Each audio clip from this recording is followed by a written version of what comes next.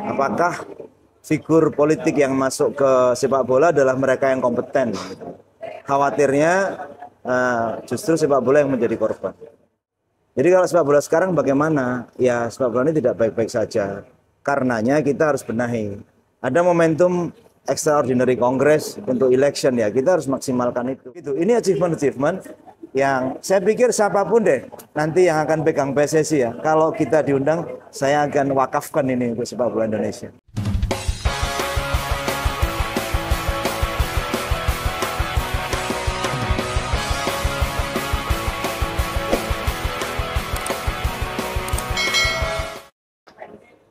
Sahabat sepak bola Indonesia, saya Yon Muiz.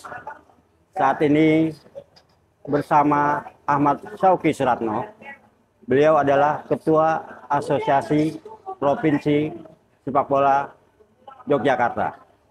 Beliau juga pernah menjadi orang penting di PSSI, di Federasi, sebagai CEO Badan Liga Amatir Indonesia.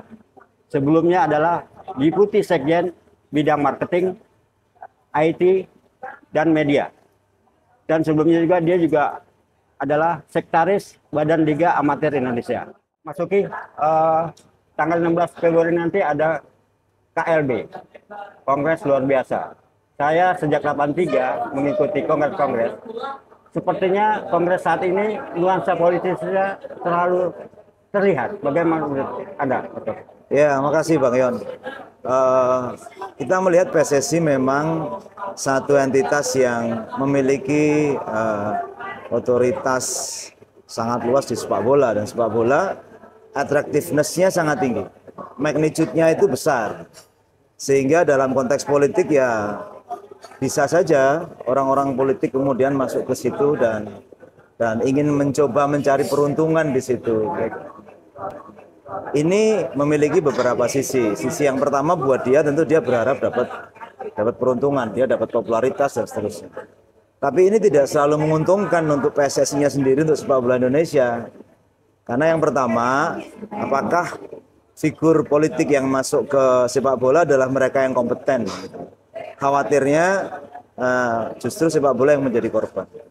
Yang kedua, sepak bola kan mensyaratkan satu keahlian, satu keterampilan, bahkan experience yang relevan. Jadi tolong dicatat ya, bahasanya adalah experience yang relevan. Jadi jangan dilihat ini semata organisasi masyarakat biasa. Saya sering sampaikan sepak bola ini very accounting gitu. Ini sangat detail, ada teknisnya, ada keahlian khusus dengan sertifikasi dan license tertentu yang tidak setiap orang bisa masuk ke situ. Even on the top level gitu. Bahkan di level-level yang katanya hanya mengambil kebijakan, kalau dia tidak memiliki frame yang cukup, pemahaman yang cukup mengenai sepak bola Indonesia, yang terjadi adalah ya apa yang sudah kita alami sampai saat ini gitu. Jadi ada keluhan-keluhan di masyarakat mengapa kita tidak pernah berprestasi, kenapa pembinaan tidak pernah terkelola dengan terstruktur, terencana gitu ya, terukur gitu. Ya karena mungkin polisinya tidak matang sejak diambil keputusan di tahap awal. Mungkin saja itu karena memang si pengambil keputusan tidak cukup punya knowledge gitu ya. Yang basisnya adalah experience gitu. Basisnya adalah skillful perspektif gitu. Jadi sudut pandang yang memang berbasis pada kemampuan teknis yang tinggi. Sehingga bisa saja orang berasumsi bahwa sebenarnya PSSI ini rawan dipolitisasi. Kira-kira itu. Baik. Mas Oki, bagaimana Anda melihat sepak bola Indonesia hingga detik ini? Sepak bola kita ini saat ini sedang tidak baik-baik saja. Ya. Setahun terakhir pasca pandemi kita mau bangkit, tapi ada saja persoalan. Nah kalau bicara tragedi Kanjuruhan misalnya, gitu ya. Itu saya boleh sebutkan itu ya 50-50 antara accident dengan lack of knowledge dan experience gitu. Karena kalau semua pihak yang terlibat di sepak bola termasuk stakeholder memahami penyelenggaraan sepak bola big event seperti League One gitu, harusnya ini tidak boleh terjadi. Karenanya kita harus benahi. ada momentum extraordinary congress untuk election ya, kita harus maksimalkan itu. Siapapun Anda yang memiliki kompetensi di situ, ayo bareng-bareng kita benahi nih sepak bola. Momentumnya ya lewat ini. Karena once ketika satu tata kelola baru sudah dijalankan, di saat itu tidak bisa kita di luar kemudian meminta untuk diubah dan sebagainya, karena rezim statuta itu memberikan ruang yang sangat kuat ya, bagi governance si pengelola. Jadi kalau mau ngubah ya lewat extraordinary congress ini, kira-kira itu ya. Mas Oki, ada yang mengatakan Anda adalah teknokrat sepak bola, tapi tanpa mengurangi rasa hormat saya kepada Ahmad Syauqi Suratno, saya mengatakan Mas Syauqi adalah orang yang telah membiarkan pikiran, hati dan perasaan untuk sepak bola ini. Apa yang Anda akan lakukan? Sekian tahun saya tidak incas di federasi, tidak memiliki ruang untuk mengambil keputusan di level itu. Mungkin itu yang membuat Bang Yon berpikir seperti itu, bahwa ada yang terbuang, ada yang. Tapi rasanya gitu ya, hari ini kita harus mengubah logika itu. Karenanya ketika ada beberapa teman, beberapa footer menginginkan ada perubahan yang lebih mendasar, setelah kejadian luar biasa di Kanjuruhan itu, ya saya pikir ulang untuk tidak berada di federasi. Sehingga saya berpikir saya coba respon lah harapan teman-teman, sehingga saya menyatakan bersedia ketika dicalonkan untuk menjadi calon wakil umum. Nah, jika Tuhan berkehendak lain, Mas Syauqi akan ada di federasi.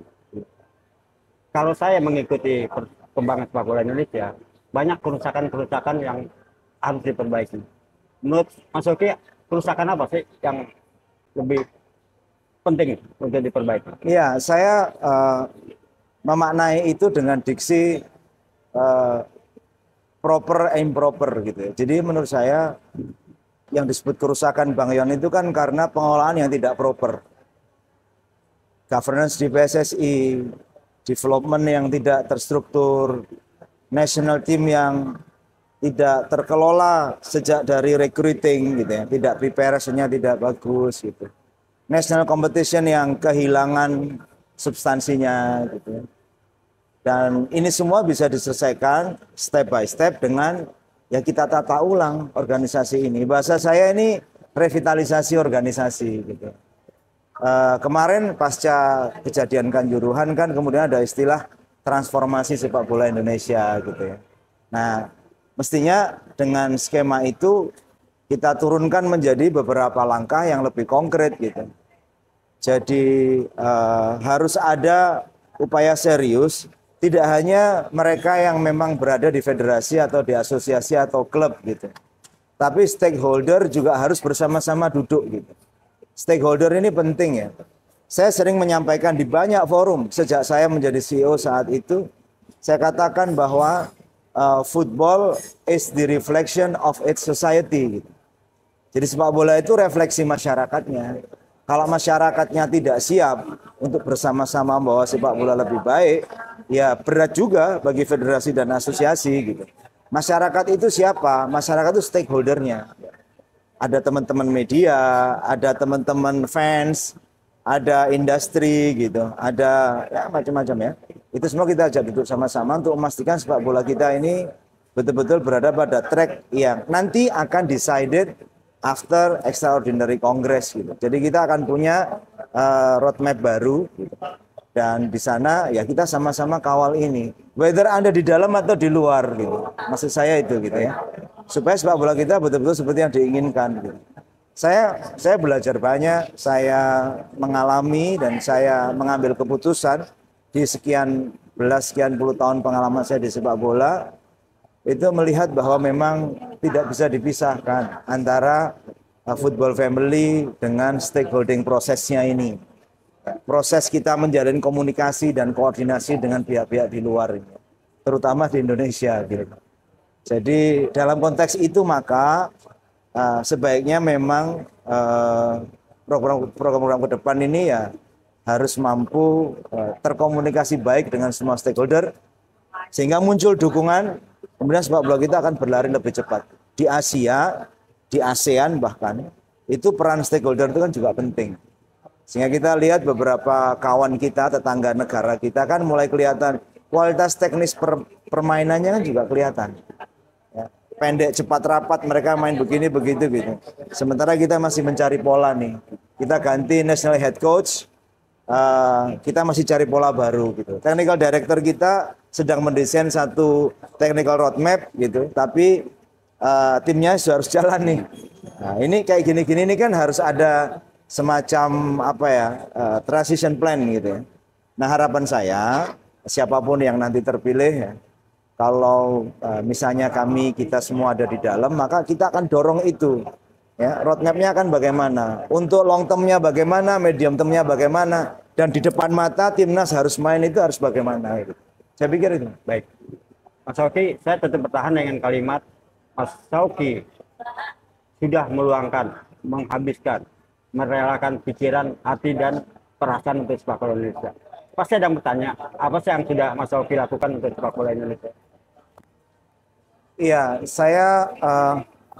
saya memang jarang ya ngomong di media bicara tentang apa yang sudah saya lakukan ya.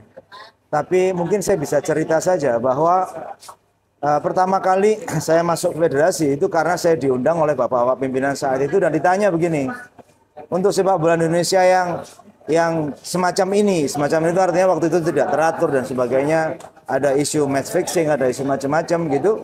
Terus saya dipanggil, waktu itu saya pegang klub kan, profesional. Terus apa saranmu gitu? Siapa yang bisa membenahi ini gitu? Saya bilang ya hanya dua gitu. Satu, Tuhan gitu. Yang kedua, IT. Jadi IT ini approach untuk semuanya menjadi lebih terukur, terencana, kemudian bisa untuk membantu governance sehingga kita ngambil keputusan lebih cepat. Nah, karena itu maka saat itu 2006 saya diminta menjadi direktur IT. Jadi pertama kali saya masuk PSSI itu justru menangani IT gitu. Saya bikinlah program, kemudian beberapa ya kalau sekarang namanya aplikasi gitu ya. Dulu saya punya namanya PSSI e-Architecture. Jadi punya arsitektur PSSI dan pada Raparnas ya. Dulu namanya bukan kongres sih, 2008. Raparnas di Jakarta, itu kebetulan Presiden Hamam dari AFC datang, dia lihat presentasi kita, sebulan kemudian kita diminta present di AFC, sebulan kemudian kita present, kemudian terjadi dialog di situ dengan tim IT-nya AFC. Nah, hasil dari dialog itu, Presiden Hamam minta saya tinggal di Kuala Lumpur untuk urus IT-nya AFC gitu. Saat itu gitu, bahkan diminta jadi direktur di sana gitu. Cuman waktu itu Presiden PSSI mengatakan janganlah, kita butuh you di Indonesia. Dan itu yang membuat saat itu kita punya sistem IT gitu ya. Jadi database seluruh pelaku sepak bola itu kita kolek selama 1-2 tahun. Kemudian saya masukkan engine di situ. Jadi kita bisa ukur tuh. Jadi Bang Yan kalau misalnya ada anak kecil masuk SSB sampai dia suatu hari selesai pemain, dia jadi pelatih, jadi apa itu, dengan single identity number kita bisa lihat lewat engine itu gitu. Kalau ada pemain misalnya main di lapangan kemudian mukul wasit misalnya, kemudian dia disidangkan di Komdis, kita tahu berapa kali dia udah melakukan pelanggaran dan sebagainya. Itu bukan orang lagi, itu engine gitu. Itu 2006 loh. Saya pakai RFID, sehingga proses pengambilan keputusan harusnya lebih cepat gitu. Meskipun saat itu tantangannya juga ya old school lah, budaya lama gitu ya. Kenapa harus pakai ini, harus pakai itu ya? Mungkin juga karena ada kepentingan yang terganggu kan. Tapi itu kita lakukan. Nah, jadi apa sih yang sudah dilakukan? Nah, kalau IT itu, kalau di Liga Amatir ya, dulu Liga Amatir ini kan kayak turnamen antar wilayah aja, antar kampung. Kemudian muncul BLA, itu Raparnas 2007 di Makassar. Ada sekian badan didirikan lewat kongres. Kemudian saya diminta support di IT-nya. Kemudian 2009 pasca kita ratifikasi statuta FIFA, kita pakai statuta, nggak pakai pedoman dasar lagi. Itu kemudian disempurnakan badan ini sehingga namanya BITSI gitu, Badan Informasi Teknologi gitu. Kemudian saya juga diminta jadi deputi bidang bidang MMIT itu, media marketing IT. Nah itu kita benahin lagi, kita taat semua. BLAI menjadi satu pengelola liga yang membuat struktur, ada promotion delegation di amatir league. Ya, di bawah itu divisi 321, di bawah itu ada Suratin, ada Piala Kemenpora, Liga Medco tuh U15. Nah, yang dua ini turnamen, yang ini kompetisi. Ada promosi, ada relegasi. Nah, 3 level inilah digunakan untuk menyiapkan siapapun yang akan masuk ke Pro League gitu. Ya pemainnya, ya klubnya, termasuk wasit-wasit muda kita, termasuk match commissioner muda, termasuk manajemen muda. Jadi konsep BLAI itu adalah memastikan divisi 321 itu menjadi preparation league. Sehingga yang main di Pro, waktu itu divisi utama sama Super League, itu betul-betul memang klub yang sudah matang berkompetisi nasional. Bukan hanya yang main di daerah dan sebagainya. Nah ini kita lakukan dengan persiapan. Jadi kita bikin ada workshop klub gitu ya. Itu rutin kita pantau. Ada workshop LOC gitu. Jadi gimana caranya kalau klub minta jadi tuan rumah misalnya, you harus ikut workshop, harus dites. Kalau enggak, you nggak boleh ngajuin tuan rumah. Kita beri sertifikatnya kita cabut. Pernah dulu ada klub jadi tuan rumah, setelah ikut kursus, terus ada kejadian tuh kayak Kanjuruhan tapi skalanya kecil. Ada penonton masuk laporan match commissioner masuk ke saya, ya saya cabut aja sertifikatnya. Klub itu sampai selesai BLAI nggak bisa bikin tuan rumah di situ. Jadi memang harus diajari sejak dari bawah. Nah, achievement semacam itu kan nggak pernah tampak, apalagi di Liga Amatir. Ya, belum lagi kita masukkan sponsor di Liga Amatir. Dulu Liga Amatir mana ada orang mau sponsor? Broadcast di Liga Amatir. Dulu mana ada orang mau broadcast gitu. Tapi ya kita kenalkan sampai 2012 gitu ya, 2000. Itu sponsor dari Singapura masuk gitu ya. Kemudian ini kita kembalikan ke klub-klub itu gitu. Coba kita dulu ada misalnya divisi 1 yang kalau promosi dengan penilaian tertentu dia bisa ke Liga Pro gitu. Itu 56 klub kita cukupin semua jersey-nya. Kita home mau away facilitate kita kasih gitu. Kasih itu artinya sponsor datang dan kasih ke mereka. Awalnya orang nggak percaya Liga Amatir. Awalnya orang mikir kan nggak ada stars di situ, nggak ada marquee players gitu. Untuk apa gitu? Tapi kita bisa yakinkan. Jadi memang itu achievement yang kita bangun saat itu sebagai foundation gitu. Nah memang sayangnya kemudian muncul dualisme dan sebagainya. Tapi intinya kita harus gunakan semua achievement tadi itu sebagai stepping stone untuk lebih baik ke depan gitu ya. Jadi sekarang pun misalnya di Asprof DIY itu kompetisi aja. Cuman kita bikin juga di situ ada leveling gitu ya. Kemudian ada pembinaan tuh kita wajibkan nih. Nggak tahu di Asprof yang lain ya. Di DIY itu nggak boleh ada klub Liga 3 baru yang kita sahkan kalau dia tidak punya afiliasi pembinaan ke perkumpulan di bawah Askap Askot. Kenapa kok itu penting? Karena ini sering missing link di situ. Anak-anak muda kita tuh dikenalkan sepak bolanya sejak dari SSB di perkumpulan di Askap Askot. Terus tahu-tahu klub pro ngambil yang gede-gede nih. Nah mereka ini kan harus dikelola karena youth development kan harus kita mulai since the very beginning gitu. Makanya sekarang di Asprof DIY itu diwajibkan. Liga 3 yang mau disahkan jadi anggota di DIY harus punya afiliasi di perkumpulan di bawah Askap Askot dengan surat keterangan dari Askap Askot.